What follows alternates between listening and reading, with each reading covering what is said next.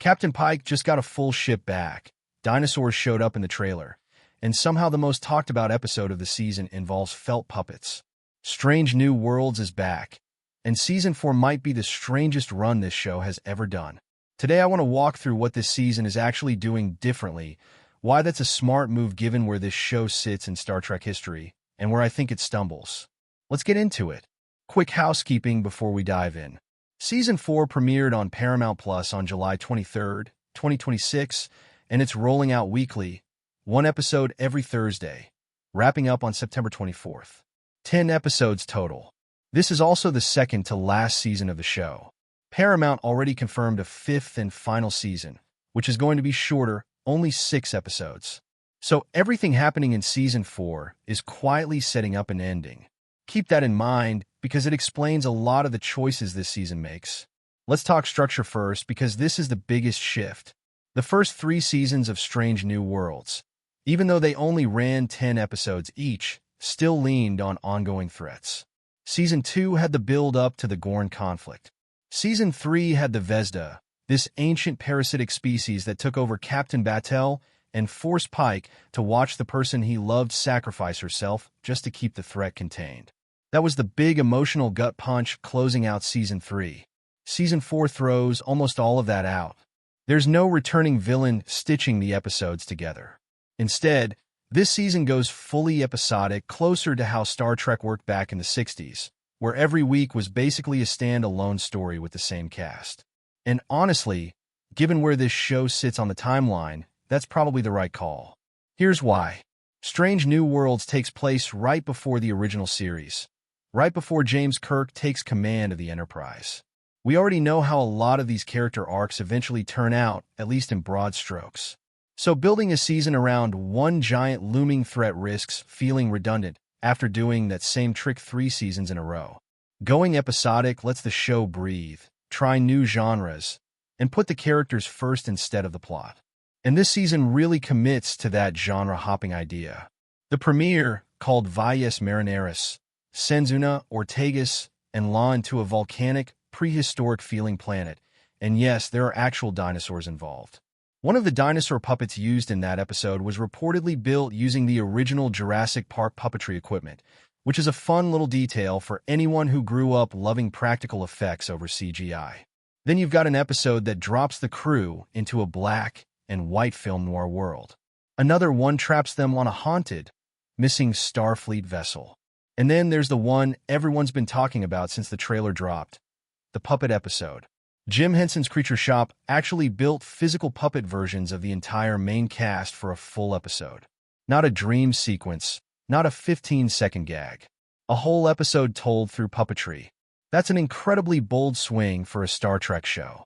And from what's been shown and discussed so far, it apparently works better than you'd expect. It's silly on the surface, but there's a sincerity to it. The kind of confidence where the show fully commits to a weird idea instead of winking at the audience the whole time. That's honestly become a hallmark of this series. Remember, this is the same show that did a full-blown musical episode back in Season 2 and somehow made it work. Now, here's the tricky part about a season built this way. 6 wildly different tones in a row can feel a little disjointed if you binge them back to back. This is a show clearly built for the old-fashioned weekly release model, where each episode gets to exist as its own little event rather than blending into the next one. If you're planning to marathon this season the day it finishes, pace yourself because whiplash is a real risk here. Let's talk about the characters, because with no ongoing villain thread, character work is really carrying this season. And for the most part, it delivers but unevenly. Spock continues to be one of the strongest elements of the whole show. Ethan Peck has settled so completely into the role at this point that it barely reads his performance anymore. This season shifts his development away from the romantic subplots he's had in the past and leans harder into his friendship with a young James Kirk, played by Paul Wesley, who's getting expanded screen time this season. That's a meaningful choice, since that friendship is basically the emotional backbone of the entire original series later on. But it's also a double-edged sword. Giving Kirk more presence on a show that isn't technically his ship, yet risks feeling like the writers are rushing to set up the next show instead of trusting Strange New Worlds to stand on its own legs. Now here's my biggest issue with this season. and I think a lot of fans are going to feel the same way. Pike feels sidelined. He's the captain. It's his ship. And yet in a season all about episodic adventures, he ends up on the edges of a lot of them, quietly steering the ship while other characters get the spotlight. There's a brief, genuinely strong moment early in the season where a guest character calls out his grief over losing Batel, acknowledging that he hasn't really processed what happened to her. But that thread doesn't get followed up on nearly enough. For a character who just went through one of the most devastating losses in the show's history, he deserves more space to actually sit with that. On the flip side, some of the smaller character pairings genuinely shine. There's an episode that throws Ortegas and Scotty together, forcing them to work through their building irritation with each other while the rest of the crew is out of commission. It's a great example of what this show does best.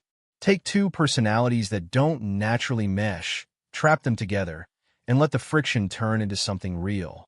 Lon also gets some meaningful material this season, wrestling with the weight of her genetic heritage as a descendant of Khan Noonien Singh, something the show has been slowly building since Season 1. And Una gets to sit with some bigger questions about where her future is heading, which makes sense given we know she's not going to be part of Kirk's eventual crew. Let's talk about the elephant in the room with any Star Trek prequel like this one. Stakes. When you already know Spock survives, Uhura survives, Scotty survives, because you've literally watched the original series, it's hard to generate real tension around whether they'll make it out of a dangerous situation. Strange New Worlds has always had this problem to some degree, but it feels slightly more pronounced this season, mainly because the show is leaning into high-stakes, dangerous scenarios almost every single week without the connective tissue of an ongoing threat to justify the risk. That said, this isn't really a flaw unique to this show. Almost every prequel runs into this exact issue. The real trick, and the one Strange New Worlds mostly pulls off, is making you care about the characters enough that you're relieved when they make it out, even if you never doubted that they would. This cast has built up a lot of goodwill over 3 seasons, and that goodwill is doing a lot of heavy lifting this year. So where does this leave Season 4 overall? It's a fun, inventive, occasionally messy season that trades a unifying plot for genre experimentation and character focus. Some of those experiments land incredibly well. The puppet episode alone is going to be one of the most talked about hours of Star Trek in years, for better or worse.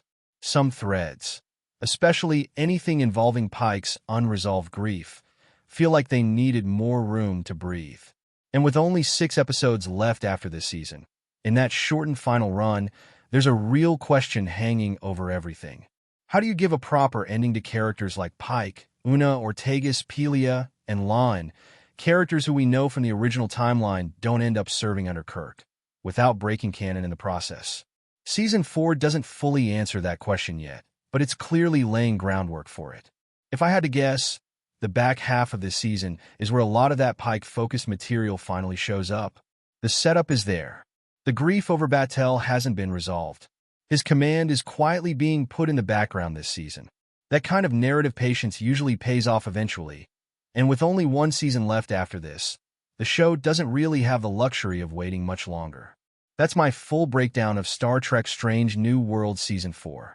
If you've been watching along, I want to know which episode has been your favorite so far, and honestly, I want to know if the puppet episode won you over or lost you completely, because from what I've seen, there is no in between on that one. Drop your thoughts down below. If you want more breakdowns like this as new episodes roll out every Thursday, make sure you're subscribed, because we'll be covering this season all the way through the finale in September. Thanks for watching, and I'll catch you in the next one.